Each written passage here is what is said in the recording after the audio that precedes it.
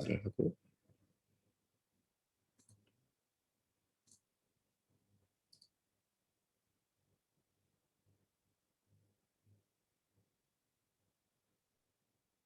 자꾸 이게 까먹어가지고 네.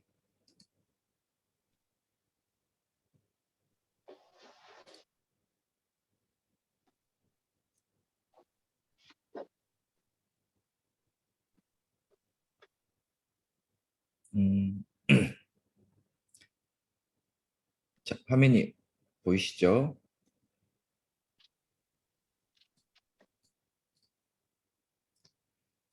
우리 창세기 12장에서 50장까지 여러 많은 중요한 성경 인물들이 나와요. 그 중에 누구누구 나오는지 아세요?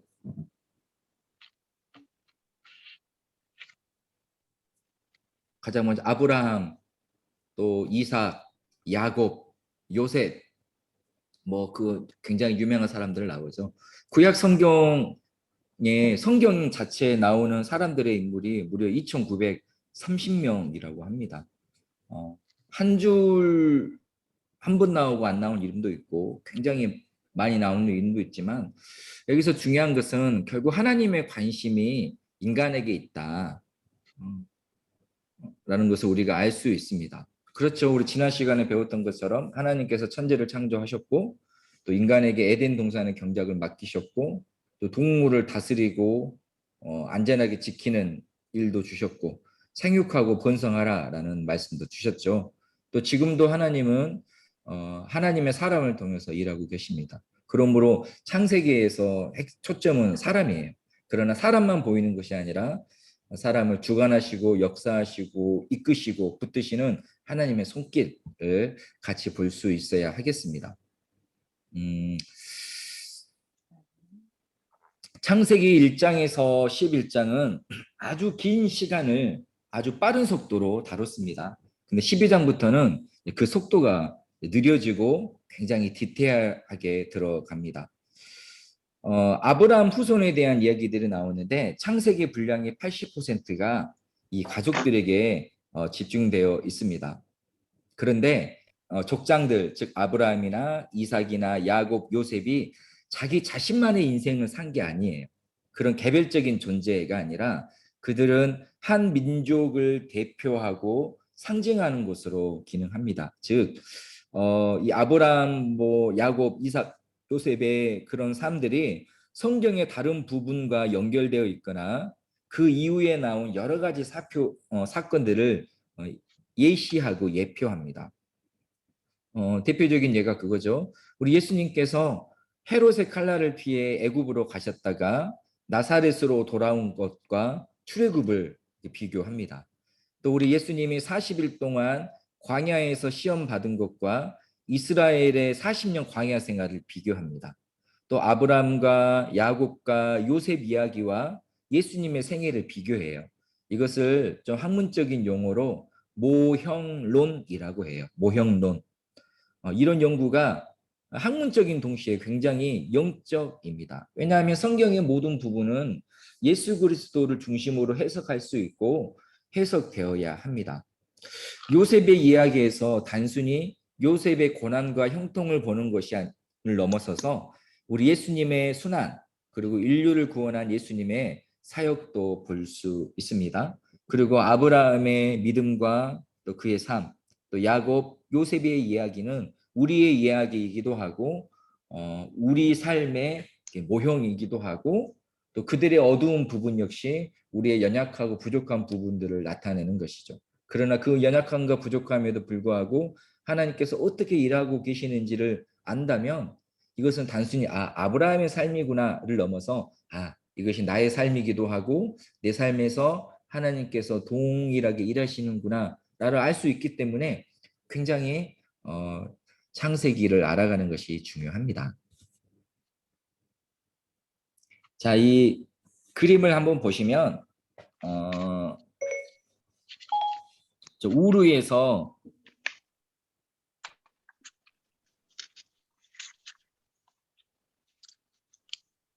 죄송합니다.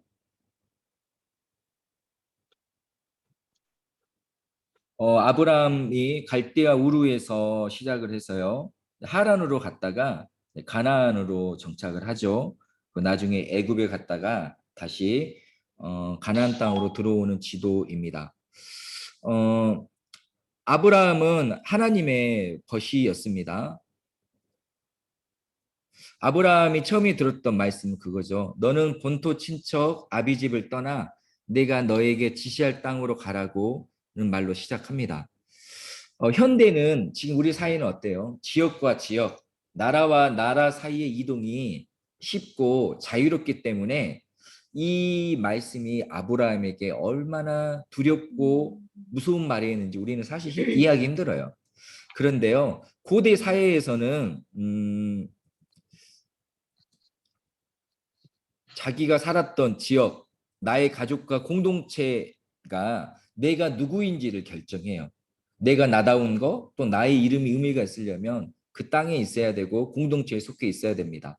그래서 가족을 떠난다라는 것은 자신의 정체성과 안전의 근거를 잃어버린다라는 뜻이 돼요. 사실 저희가 베트남에서 살고 있기 때문에 아브라함의 이런 마음을 그래도 한국에 있는 사람들보다 좀 이해할 수 있을 거예요. 왔을 때 겪게 되는 어려움들, 또 굉장히 정체성의 어려움들, 특히 이민 2세, 3세들은 더 하겠죠. 아브라함은 당시 고대 근동에서 가장 살기 좋고 풍요로운 도시인 갈대아 우르를 떠나서 하나님이 보여주신 미지의 땅으로 가라는 말씀을 받았어요. 이거는 아브라함 개인에게 있어서 역사적인 발걸음이었지만 또 인류 전체에 있어서도 기념비적인 시작이었습니다. 창세기 1장과 11장 사이에는 두 번의 큰 실패가 있었죠. 첫 번째는 아담의 실패예요. 그리고 이것은 홍수로 이어졌습니다. 두 번째는 노아의 실패예요. 홍수에서 유일하게 살아남은 두 번째 조상인 의인이었던 노아 역시 실족했습니다. 그리고 이것이 창세기 11장의 바벨탑으로 이어졌어요. 그리고 이제 아브라함에게 약속이 주어졌습니다. 땅의 모든 족속이 너를 인하여 복을 얻을 것이다. 우리 하나님이 쉬지 않으시고 일하고 계시죠. 아담의 실패, 노아의 실패. 그러나 다시 아브라함에게 복을 주시고 사명을 주시고 그를 이끌어 가십니다.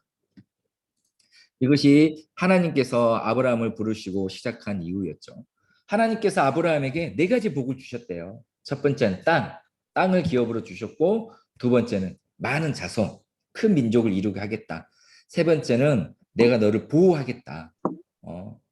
너를 축복하는 자에게 내가 너를 복을 주고 너를 저주하는 자에게 내가 저주하겠다. 즉 내가 너를 보호하겠다라는 말이에요. 또 네 번째는 땅의 모든 족속이 너를 통해 복을 받을 것이다. 복의 통로로 아브라함은 삼으셨습니다. 아브라함이 왜 이런 복을 받았을까요?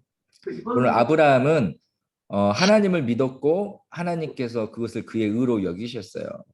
아브라함이 이런 복을 받은 것은 그의 믿음이기도 하지만 아브라함이 더 탁월하고 우월했기 때문이었던 것은 아닙니다.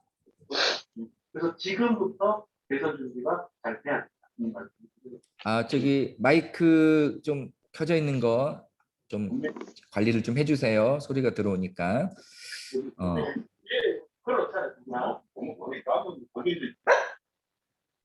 그런데 아브라함은 하나님을 믿었고 하나님께서 아브라함을 의롭다 하셨어요. 그런데 이러한 약속의 성취가 바로 되지 않았죠. 지연되기도 하고 방해받기도 했습니다. 때로는 아주 고통스럽게 성취되기도 했어요. 대표적인 것이 아브라함이 이삭을 얻은 거죠. 하나님이 복을 주셨잖아요. 내가 네 민족 크게 이루게 할 거야.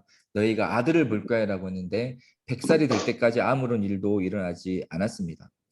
아브라함이 가나안에 도착하고 그곳이 약속의 땅이라는 말을 들었지만 아브라함은 애굽으로 잠깐 피난 가기도 했어요. 또 다시 애굽에서 쫓겨나서 가나안 땅으로 왔는데 조카 롯하고 싸워요. 어떤 양떼를 어디서 먹일 것인가에 대한 문제를 두고 또 이 문제가 해결되니까 롯을 구하기 위해서 북쪽의 왕들과 전쟁을 해야 됐습니다. 아브라함이 이기긴 했어요. 근데 아브라함은 자신의 후손을 이을 자손이 없다라는 것 때문에 굉장히 낙심하고 실망합니다. 실제로 이삭이 태어나기까지 꽤 긴 시간이 흘러야 했어요. 그러니까 아브라함이 하나님의 약속이 있었지만 계속 의심하고 낙심할 수밖에 없는 상황이 계속돼요. 그때마다 하나님은 계속 아브라함에게 아니다. 네가 복을 받을 것이다라고 약속을 하십니다. 그리고 아브라함 역시 힘들고 어려웠지만 그 하나님의 약속을 계속 붙잡고 믿어요. 아브라함의 시작이 믿음이었죠. 그러나 그 과정 역시 지극히 믿음입니다.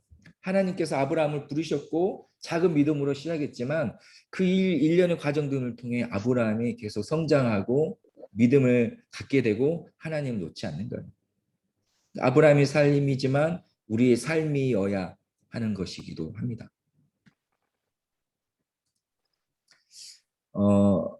그런데 이렇게 아브라함이 하나님의 약속을 믿죠. 하나님 제가 믿습니다. 의지합니다라고 하지만 아브라함이 치러야 할 대가가 있었어요. 그리고 아브라함이 드려야 할 순종이 있었어요.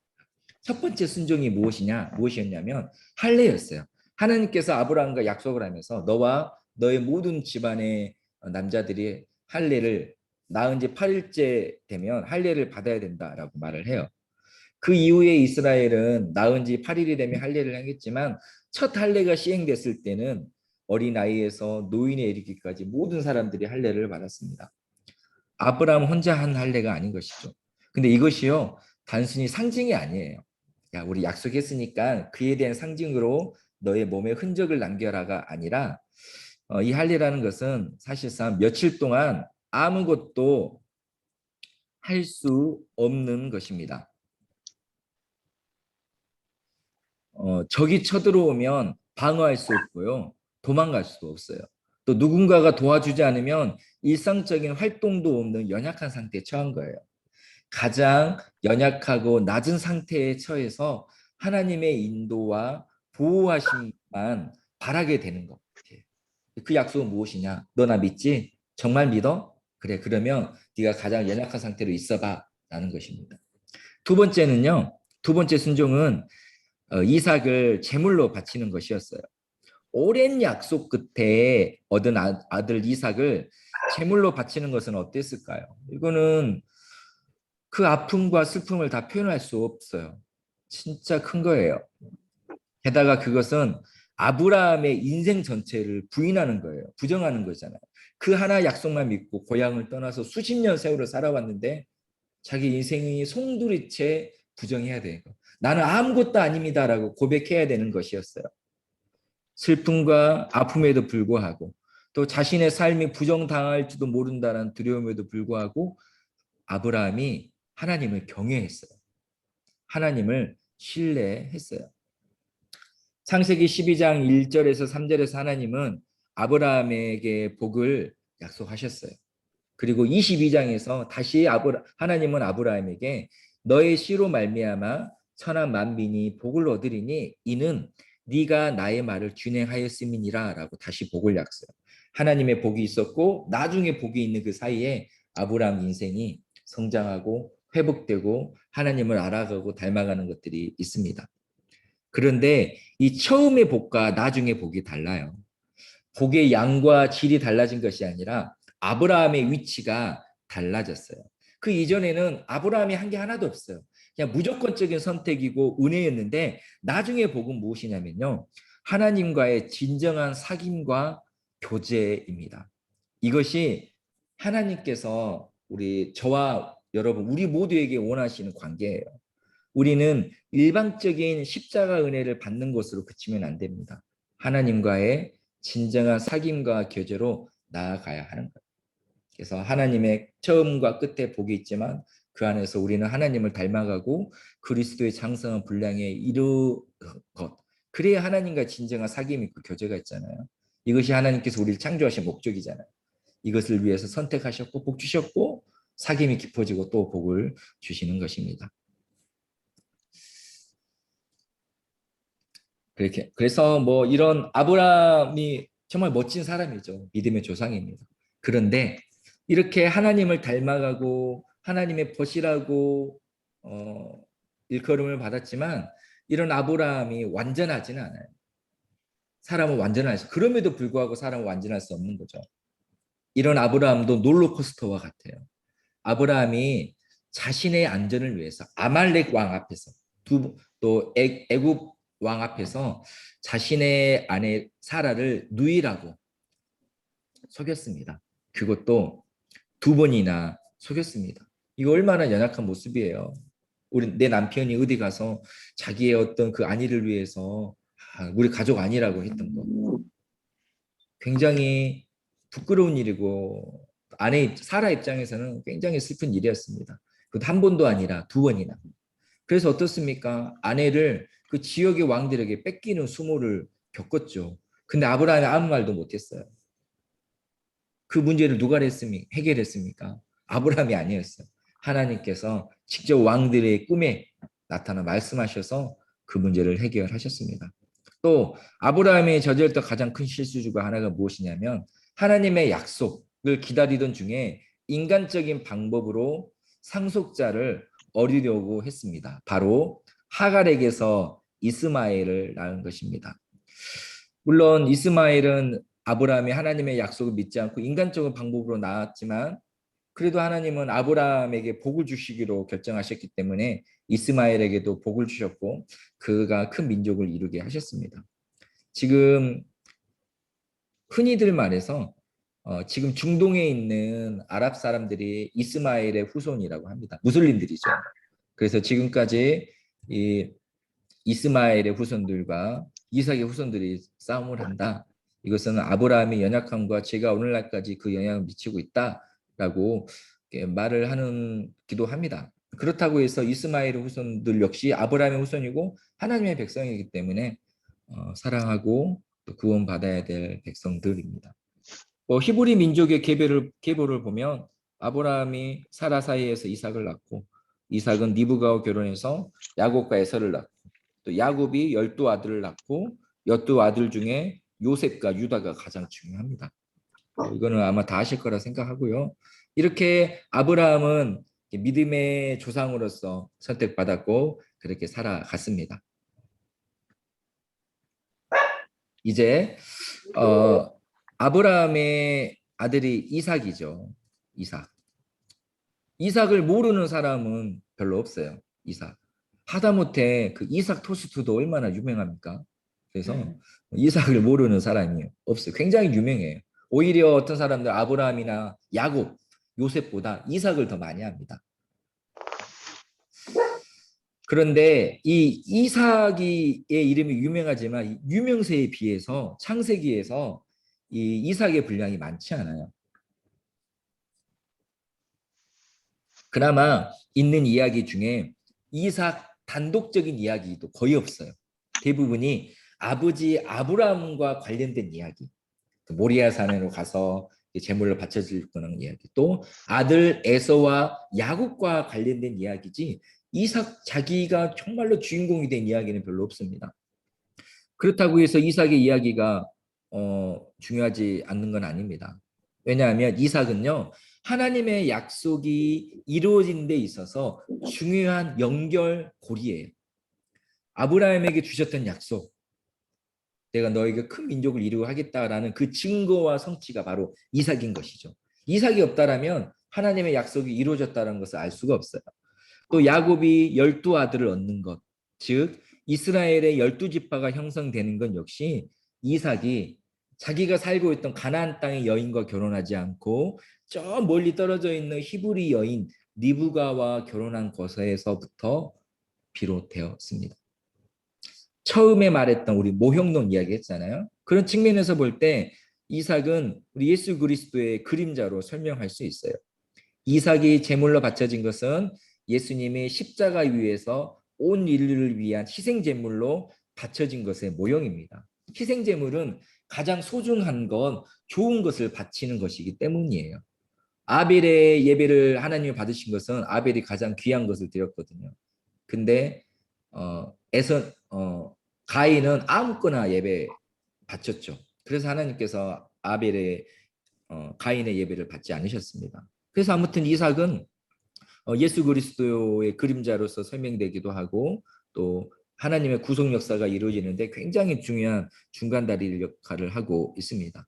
또 이삭이 극적으로 살아난 것 역시 사망 권세를 이기시고 부활하신 예수님의 모형입니다.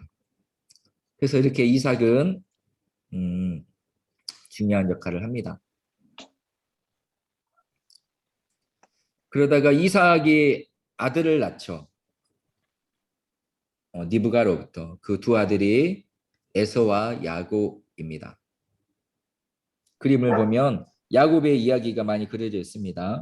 야곱은 어렸을 때 쌍둥이로 태어나서 형 에서를 속여서 장자권을 획득하고 도망갔다가 다시 돌아오고 또 가족을 이뤄서 애굽으로 가는 것이 야곱의 인생이에요. 근데 야곱의 인생이요 굉장히 험악한 인생입니다. 스스로 야곱이 나중에 바로 앞에서 저는 험악한 세월을 살았다라고 고백을 해요.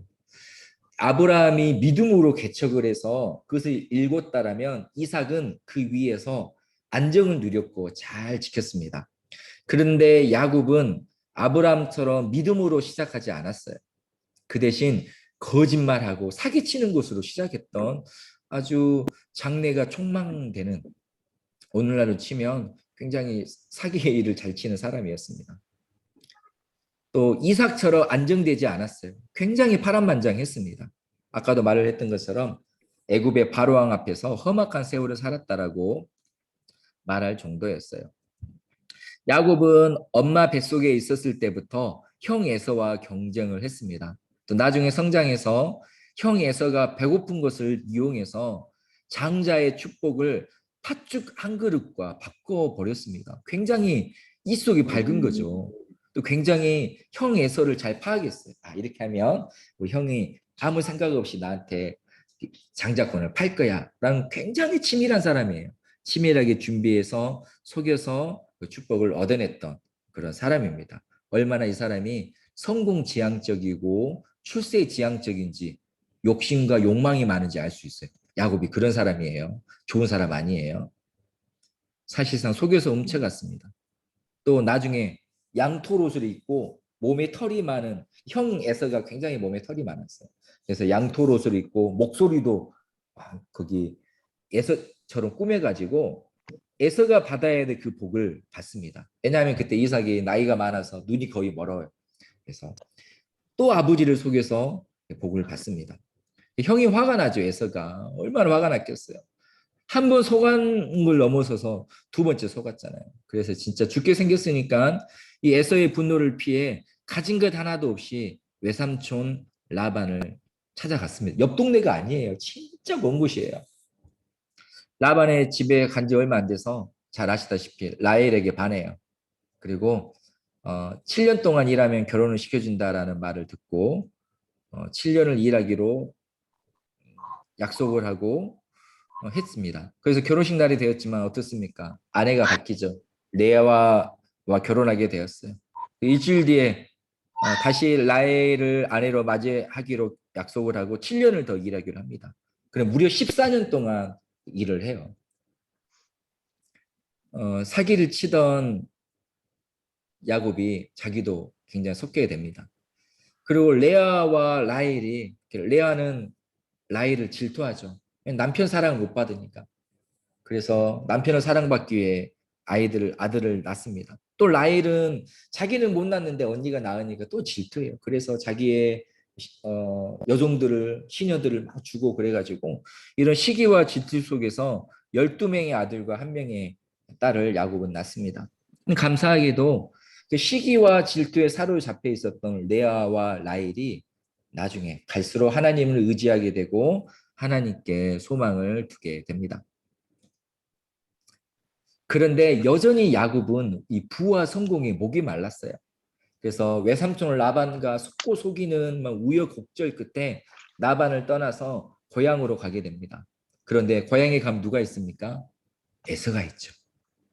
야곱이 에서에게 했던 일을 생각해 보세요.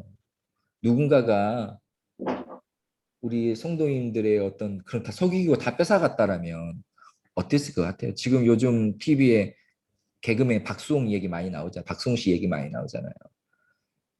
에서가 굉장히 무서웠습니다. 또 야곱은 이렇게 머리는 굉장히 비상했지만 약간 유약한 느낌이었다라면 에서는 진짜 상남자예요, 상남자. 이렇게 활 들고 사냥 좋아하고 장난 아닙니다. 굉장히 에서를 두려워하게 돼요. 그런데 에서가 두려웠기 때문에 야곱이 굉장히 비겁합니다. 자신의 일행을 두 때로 나눠서 혹시 자기 형 에서가 한쪽을 공격하면 나머지 절반 도망가려고 그렇게 전진하고 있었어요. 그리고 요단강을 건너기 전에 에서에게 줄 예물을 세 그룹으로 나눠서 순차적으로 보내요. 나눠가지고 에서가 이것은 뭐냐라고 물어보면 이거는 우리의 주인 야곱이 당신에게 드리는 것입니다. 그래서 마음을 풀려고 그리고 그 새 예물을 보낸 다음에 자기의 가족들 아내와 자녀들을 또 묶어서 보내요. 그 야곱은 그때 어디 있었냐? 제일 뒤에 있어요. 얼마나 나빠요. 얼마나 비겁해요. 자기는 도망가려고 자기의 가족들까지 팔아버리고 뒤에 있었습니다. 그런데 그때 야곱이 분이엘에서 하나님을 만나요.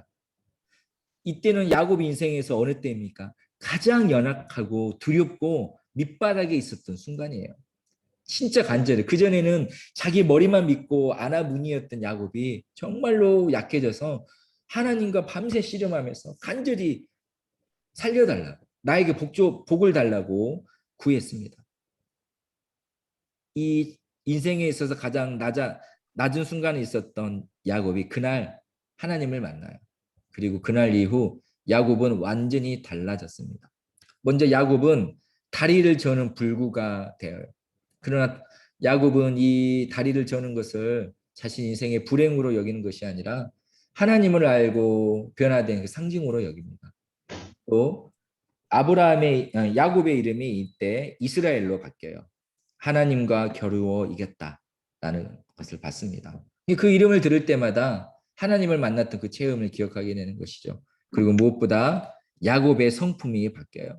그 이전까지 야곱은 가족들도 다 보내고 뒤에 있었지만 이 일 이후에 야곱이 가장 앞서서 에서를 만나러 가요.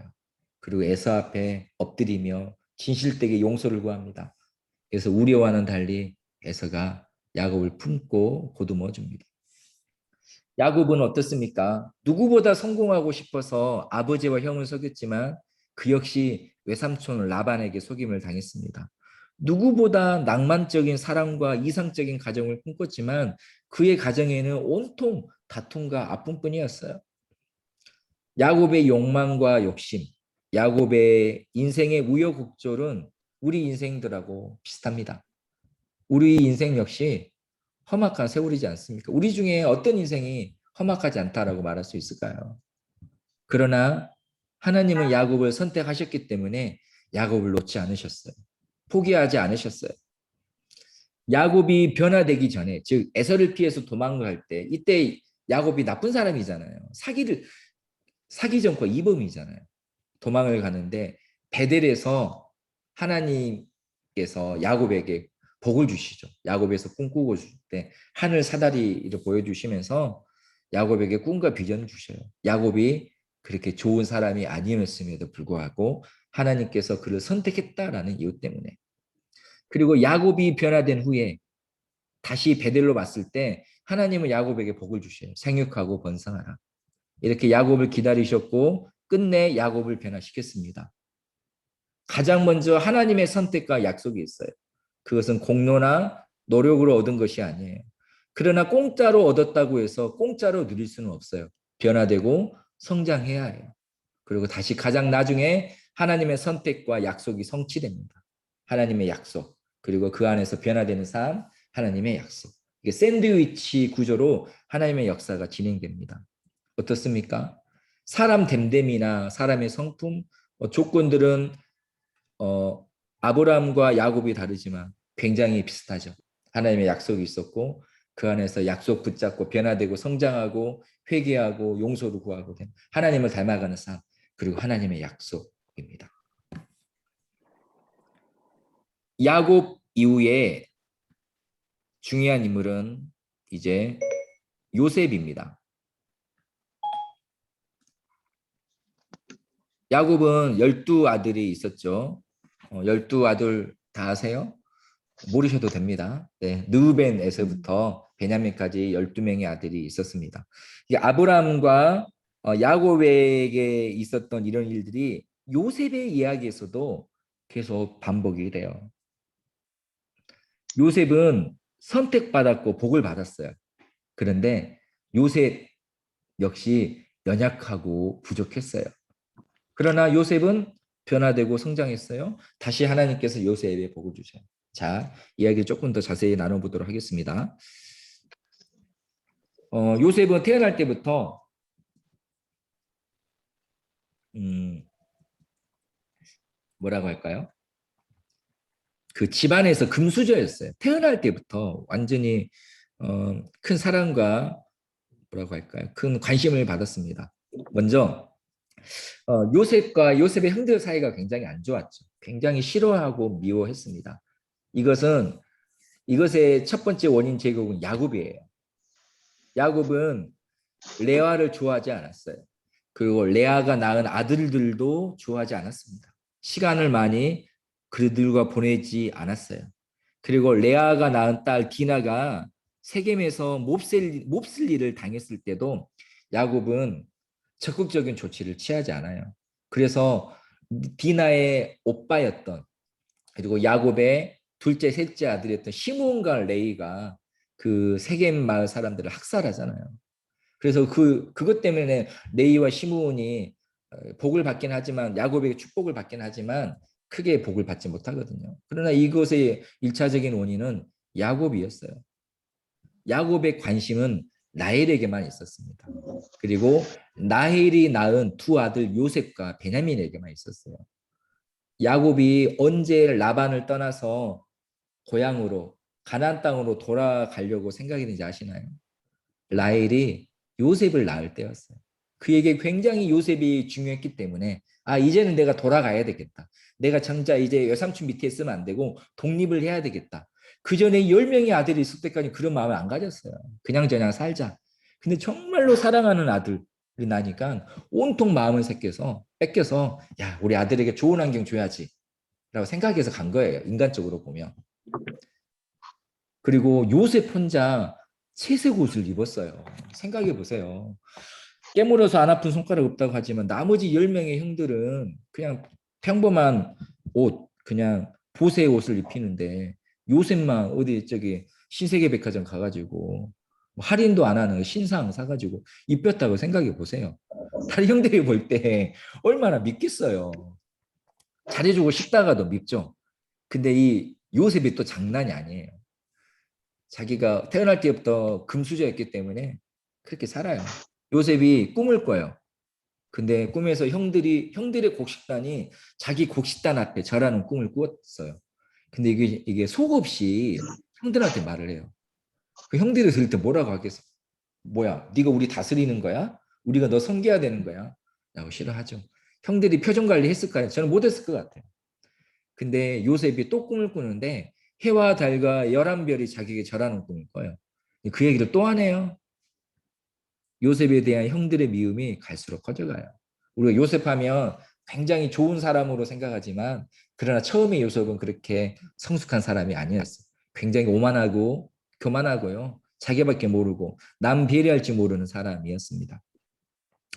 요셉에 대한 형들의 미움이 갈수록 커졌죠. 결국 요셉을 죽일지 말지 고민을 합니다. 그 광야에서 들에서 그리고 요셉을 애굽의 노예로 팔아버렸습니다. 이것은 요셉에 대한 복수였어요. 그리고 야곱에게는 숫 양의 피를 묻혀가지고 요셉이 죽였다라고 거짓말을 합니다. 야곱은 슬퍼하죠. 이것은 야곱에 대한 복수였습니다. 애굽에서 요셉의 삶은 매우 거칠었어요. 지금까지 자기가 살아왔던 인생하고 180도 다른 인생입니다. 우리는 노예 생활을 잘해가지고 그 집안의 총무가 됐던 요셉의 이야기를 굉장히 중요한 얘기죠. 그러나 아무리 일을 잘해봤자 노예는 노예예요. 그리고 주인의 아내를 범하려고 했다라는 거짓 고소를 당해서 감옥에 갇혔죠. 물론 요셉은 감옥에서도 형통합니다. 그러나 아무리 잘 있어봤자 감옥은 감옥이에요. 생각해 보세요. 우리 집사님, 권사님 저기 감옥에 5성급 스타일로 꾸며놨는데 거기 들어가 있을래요? 아니면 그냥 집에 계실려 하면 5성급으로 꾸며진 감옥에 누가 가고 싶겠습니까? 초가상간도 우리 집이 좋으니까 있겠죠. 아무리 잘했어도 아무리 좋았어도 노예는 노예였고 감옥은 감옥이었고 요셉에게는 굉장히 힘든 시간들이었어요. 그런데 하나님께서 요셉과 함께 하셨어요. 이 표현이 창세기 36장 이후에 굉장히 많이 나와요.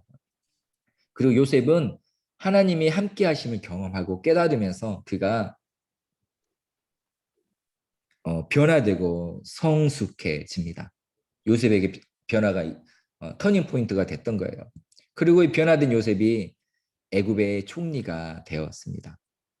그리고 자신을 죽이려고 했던 노예로 팔아버리려고 했던 팔아버린 형들에게 요셉이 뭐라고 합니까? 당신들은 나를 해하려 하였으나 하나님은 그것을 선으로 바꾸사 오늘과 같이 만민의 생명을 구원하게 하시려 하셨나이다 라고 고백하게 되었습니다. 그리고 요셉의 마지막에 하나님께서 복을 주셔요. 요셉에게 아들이 둘이 있었어요. 므낫세와 에브라임입니다. 야곱이 12아들에게 복을 주는데 야곱은 요셉에게 복을 주는 대신에 요셉의 두 아들에게 복을 줘요. 이 말은 무엇이냐면 손자에게 복을 준 것이 아니라 이 요셉의 두 아들을 야곱이 자기의 아들처럼 받아들인 거예요. 아들로 사실상 여긴 것입니다. 그들의 지위가 높아진 거예요.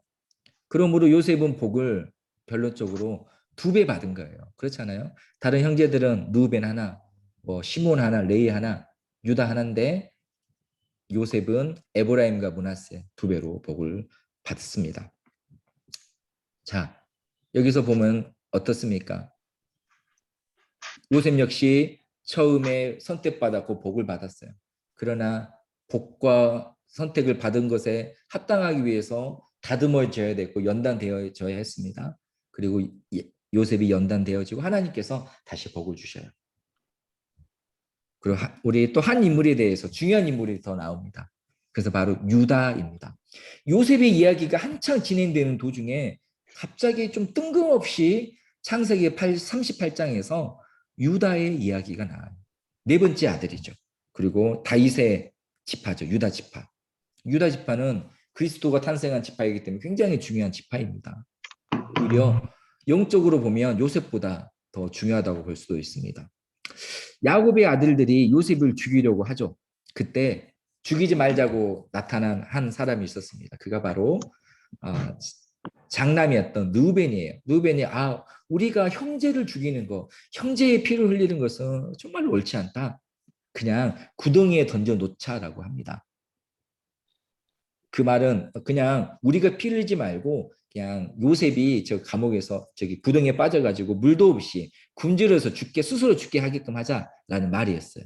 그런데 이것은 나중에 기회를 봐서 요셉을 살리려고 했던 르우벤의 임기응변이었습니다. 성경에 기록되어 있어요. 르우벤은 죽일 마음이 없었어요. 근데 지금 살리자고 하면 이 형제들의 지금 눈이 지금 돌아가 버렸는데 말을 안 들을 거잖아요. 그래서 일단 피 흘리는 것은 맞고 시간을 보려고 던져놨습니다. 그런데 르우벤이 잠시 자리를 비웠을 때 유다가 야 이러지 말고 차라리 애굽의 노예로 팔아버리자라고 말을 해요. 유다는 요셉을 살리려고 판 게 아니에요. 죽이려고 했는데 어차피 죽을 거 우리 돈이라도 벌자라는 그런 마음이었던 것입니다. 나중에 르우벤이 이 사실을 알았지만 어떡합니까? 이미 늦어버렸는데. 그래서 함께 요셉이 죽었다고 꾸몄습니다. 그리고 창세기 38장에 유다 이야기가 다 나와요. 여기에 나오는 유다는 굉장히 형편없는 사람이에요. 그가 가족으로부터 멀리 떠나요. 즉 다른 지역에 가서 삽니다. 여기서부터 좀 이상하죠. 모여있지 않고 떠나요. 그리고 유다가 이방 여인과 결혼을 합니다. 세 아들을 낳아요. 또 며느리를 한 명 얻는데 그녀의 이름이 바로 우리가 잘 아는 다말입니다. 믿음의 족보에 기록된 예수님의 족보에 기록된 기록되어 있는 이름 다말입니다. 유다의 큰 아들이 하나님 보시기에 굉장히 악했어요. 그래서 그가 죽습니다. 당시 법에 따르면 과부가 된 사람은 그 기업을 잇기 위해 시동생과 결혼할 수 있었습니다. 그래서 다말은 법에 따라서 시동생과 결혼합니다. 하지만 그 역시 하나님 보시기에 악했기 때문에 죽었습니다. 이제 다말은 유다의 셋째 아들과 결혼을 해야 됩니다. 그리고 유다 역시 약속을 합니다. 그런데 유다는 이 약속을 지키지 않아요. 당시의 법과 율법을 어기고 허락하지 않았습니다. 그러자 다말이 유다를 속여서 유다의 아이를 임신합니다. 이 사실을 나중에 알게 된 유다가 다말을 부정하다고 하면서 당장 불태워버리라고 말을 해요. 근데 다말이 자신이 누구의 아이를 배웠는지를 밝히니까 유다가 하는 말이 너는 나보다 옳도다라고 말을 하면서 자신의 행동이 옳지 않음을 인정합니다. 사실 이 일련의 이야기는 지금 이 시대를 살아가는 우리가 듣기에는 굉장히 부도덕하게 보이고 막장 드라마와 같은 전개예요. 다말도 이상해요. 정상적인 사고를 가진 사람이 아닌 것 같아요. 그러나 이것을 우리 지금 기준으로 생각하면 안 돼요. 이 사람들은 어떤 욕망이나 어떤 자신의 어떤 이익을 위해서 한 것이 아니라 지금 우리가 좀 뭐 감정적으로 이해하기 힘들겠지만 당시에 법과 간섭에서 크게 어긋나지 않았습니다. 아무튼 굉장히 부도덕한 것은 사실입니다. 하지만 하나님의 개입은 그것을 뚫고 들어오셨어요. 그 부도덕함은 뚫고 하나님의 계획이 임하셨어요. 그러나 그렇다고 해서 죄를 그냥 죄로 두지 않으셨고 회개와 변화를 촉구하십니다. 이 일이 유다에게 터닝 포인트였어요. 네 말이 나보다 옳다. 아, 내가 틀렸다.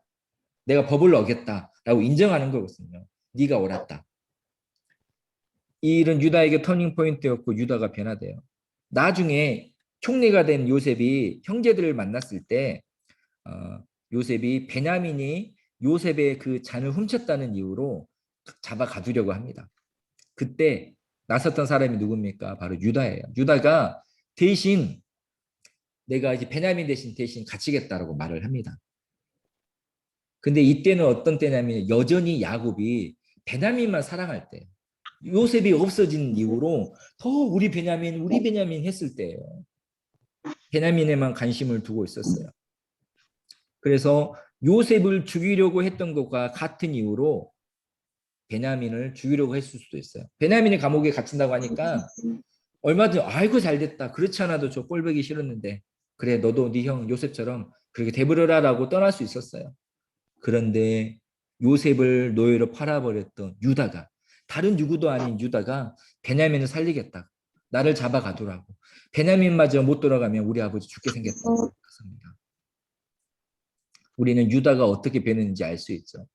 그 모습을 보고 있던 유다의 변화된 모습을 보고 있던 요셉이 그때 자신의 감정을 이기지 못하고 정체를 밝혀요. 유다의 말과 행동이 하나님께 회개하는 것이고 요셉에게 용서를 구했던 거예요. 그래서 요셉은 그 모습을 보고 변화된 유다의 모습을 보고 유다를 용서했고 그들은 형제들은 화해를 했습니다. 그리고 유다는 큰 복을 받아요. 홀이 유다를 떠나지 않을 것이다. 하나님께서 야곱을 통해 유다에게 복을 주셨습니다. 유다 지파에서 다윗 왕조가 일어났고 그리스도가 탄생했습니다. 자 보십시오. 유다 역시 믿음의 조상의 후손이었기 때문에 그가 복을 받았어요. 그러나 그는 연약했어요. 나쁜 사람이에요. 그러나 그가 하나님께서 그를 포기하지 않으시고 다듬어가고 만들어 가셨습니다. 그리고 나중에 변화된 그가 하나님의 큰 복을 받죠. 이 구조가 계속 반복되고 있어요. 그러면 정리해 보겠습니다. 창세기 12장에서 50장의 핵심 메시지는 무엇입니까? 하나님은 아브라함, 이삭, 야곱, 요셉 그리고 유다를 택하셨어요. 그들에게 복을 주셨어요. 아브라함 같은 경우는 하나님을 믿어서 하나님께서 그를 의롭다고 하셨지만 사실 특별한 이유는 없어요. 무조건적인 사랑과 선택입니다. 하나님의 약속을 받았지만 그들은 그 약속과 복을 받기에 합당하지 못했어요. 변화되어야 했고 성장하고 성숙해져야 했습니다. 즉 하나님을 알고 하나님을 닮아가야 했습니다. 우여곡절을 겪으면서 험악한 세월을 겪으면서 그들은 변화되었고 다듬어졌습니다. 하나님은 다시 약속을 확인하셨고 복을 주셨습니다. 이것은 우리에게도 동일하게 적용이 됩니다. 아니, 모든 인간에게 마찬가지. 하나님은 모든 사람들을 사랑하시고 그들을 선택하셨어요. 하나님은 우리를 있는 그대로 사랑하십니다. 그러나 우리가 있는 그대로 있기를 원하지 않으세요. 우리가 죄를 멀리하고 하나님과 가까워지기를 기대하시고 하나님과 깊은 사귐과 교제가 있기를 원하십니다. 그리고 그렇게 갈 때 하나님은 다시 우리에게 복을 주시고 사랑을 확인하십니다. 이것이 창세기의 굉장히 중요한 메시지예요. 또 하나의 중요한 메시지가 있는데 그것은 바로 용서와 화해입니다. 아브라함은 롯과 화해했어요. 이삭은 아버지와 화해했습니다. 야곱은 형 에서와 화해했고요. 요셉은 형들과 화해했고요. 유다는 다말과 화해했습니다. 무엇보다 하나님은 인간과 화해했습니다. 창세기는요, 하나님과 인간의 화해에 대한 책이에요. 또 인간과 화해하기 위해서 하나님은 어떻게 일하셨고 또 하나님의 계획이 무엇인지를 알려주고 보여주는 첫 시작이 바로 창세기입니다. 사실 성경 전체가 하나님과 우리 인간과 화해에 대한 책이에요. 우리와 화해하기 위해서 예수 그리스도를 화목제물을 보내셨잖아요. 그래서 그 성경 전체의 메시지가 창세기에 담겨 있는 거예요. 굉장히 서론이 원래 그잖아요. 서론은 이 책이 어떤 책이다라는 것을 말해주는 거잖아요. 창세기가 정확히 그 서론의 역할을 하고 있는 것입니다. 그래서 창세기를 읽을 때 이것을 담고 읽으면 더 깨닫고 받게 되는 은혜가 더 풍성하고 하나님께서 우리 주시는 뜻, 또 성경을 해석하는 것들이 더 풍성하게 될 거라고 생각을 합니다. 이제 마지막으로 욥기예요. 근데 여기 교재에서는 욥기를 짧게 다루고 있습니다. 욥기를 이렇게 다루고 넘어가는 것은 굉장히 아쉬워요, 사실. 그런데 어쩔 수 없죠. 뭐 핵심 메시지만 한번 짚어보겠습니다. 욥은 어떻습니까? 동방의 의인입니다. 도덕적으로 허물이 하나도 없는 사람이에요. 진짜로 법 없이도 살만한 사람이에요.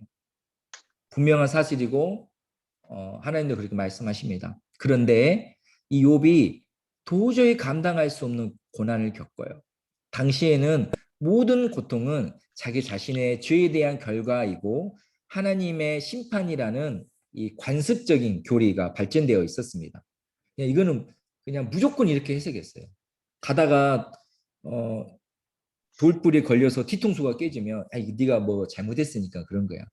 무조건 이런 식으로 해석을 했어요. 그러다 보니 하나님에 대한 이해가 굉장히 제한되어 있었습니다. 그런데 욥은 어떻습니까? 욥의 고통은 그가 죄를 지어서 받은 벌인가요? 아니에요. 욥의 고통은 죄에 대한 벌이 아닙니다. 그러므로 욥기의 가장 큰 문제제기는 무엇입니까? 무죄한 자의 고난. 죄가 없는 사람이 받는 고난은 뭔가요? 우리는 지금까지 고난은 죄의 결과라고 했는데 아니 욥은 죄가 없잖아요. 왜 죄가 없는 사람이 이런 고난을 받아야 되는가요? 라는 것에 대한 문제 제기이고 그에 대한 답이 욥기예요. 욥기의 첫 번째 메시지는 고난의 신비 앞에서도 용기를 가질 수 있다, 가져야 된다라고 해요. 욥은요, 엄청난 고난을 받고 있죠. 그럼에도 불구하고 타협하지 않아요. 하나님의 말씀대로 옳고 정의로운 것들을 추구하고 있습니다. 그러므로 우리도 고난의 신비 앞에서 고난을 겪고 있을지라도 의심하지 않고 하나님이 말씀하신 것, 하나님이 말씀하신 옳고 정의로운 것들을 지켜야 된다라는 것을 알 수 있고요. 두 번째는 고난은 하나님에 대한 우리의 지식을 깊게 할 수 있다는 것입니다. 우리는 어떻습니까? 고난을 당하면 하나님이 나를 떠나셨나? 나를 버리셨나? 나는 하나님께 다시 사랑받을 수 있을까? 라고 본민을 합니다. 그러나 욥기에서 알 수 있는 것은요. 고난 중에도 하나님은 함께 하시고 임재하신다라는 거예요. 그리고 이 고백이 있을 때 고난마저도 풍성한 경험이 될 수 있습니다. 욥이 고백하죠. 내가 전에는 하나님을 귀로만 들었는데 이제는 내가 눈으로만 뵙습니다. 하면서 하나님에 대한 지식이 더 깊어지고 있어요. 세 번째로는 하나님의 임재를 그 자체로 소중히 여기는 것이었어요. 내가 가진 것이 없을지라도 하나님의 임재 그것만으로도 정말 귀한 것이고 그것만으로도 큰 은혜다. 그것을 이 강의를 준비하면서 이 부분에 정리하다 보니까 정말 딱 어울리는 찬송가 가사가 생각나더라고요. 높은 산이 거친 들이 조막이나 궁궐이나 내 주 예수 모신 곳이 그 어디나 하늘나라 하나님의 임재를 그 자체로 소중히 여기는 것이 바로 우리 그리스도인의 삶, 피조물의 삶인 것입니다.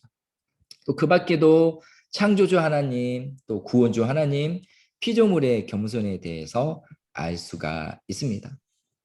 이것이 바로 창세기와 또 욥기에 기록된 흥미진진한 이야기, 그냥 오래전 믿음의 조상이었던 그런 사람들의 이야기가 아니라 바로 우리의 이야기, 하나님의 이야기, 온 인류를 향한 하나님의 계획, 이 바로 창세기의 이야기였습니다. 그러므로 이야기가 저의 이야기고 우리 권사님, 지사님 이야기고 우리가 품어야 될 이야기고 우리가 살아가고 있는 이야기고 살아내야 할 이야기입니다. 자, 이것이 창세기에서 배울 수 있었던 우리의 이야기입니다. 자, 어떠셨습니까? 좀 공감이 되고 이해가 되셨다면 입 모양으로라도 아멘 한번 하시죠.